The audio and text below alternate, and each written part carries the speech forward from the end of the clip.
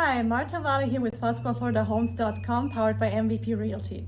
Today I'm here with Jason Iglesias from Allbrand's Cooling and Heating. Thank you, Jason. Very welcome. And Jason, what would you recommend to homeowners who are moving to Florida from elsewhere about their AC? What is some regular maintenance they should be doing? Well, out here in Florida, the AC works 24/7. The biggest thing that I'll recommend is changing your filters regularly, every 30 days versus every 90 days. And then just going ahead and having somebody come out at least once a year and do maintenance. Overall, if they could find something, they'll find it and they'll let you know about it.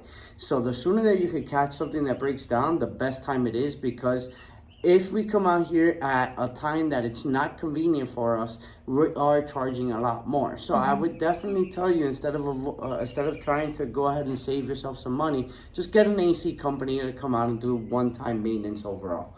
And then, just like I said, just pretty much change your filters every 30 days. You'll see your indoor air quality improve, and you'll also see you're maintaining your coil a lot cleaner. Okay.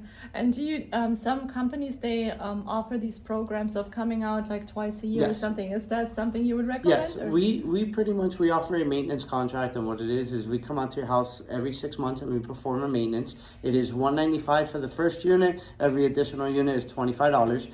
But at the end of the day, you receive priority service. You receive a 10% discount on any repairs, and anything that we ever find, we will let you know about it instead of just holding it behind and not telling you guys. Oh, so. Awesome.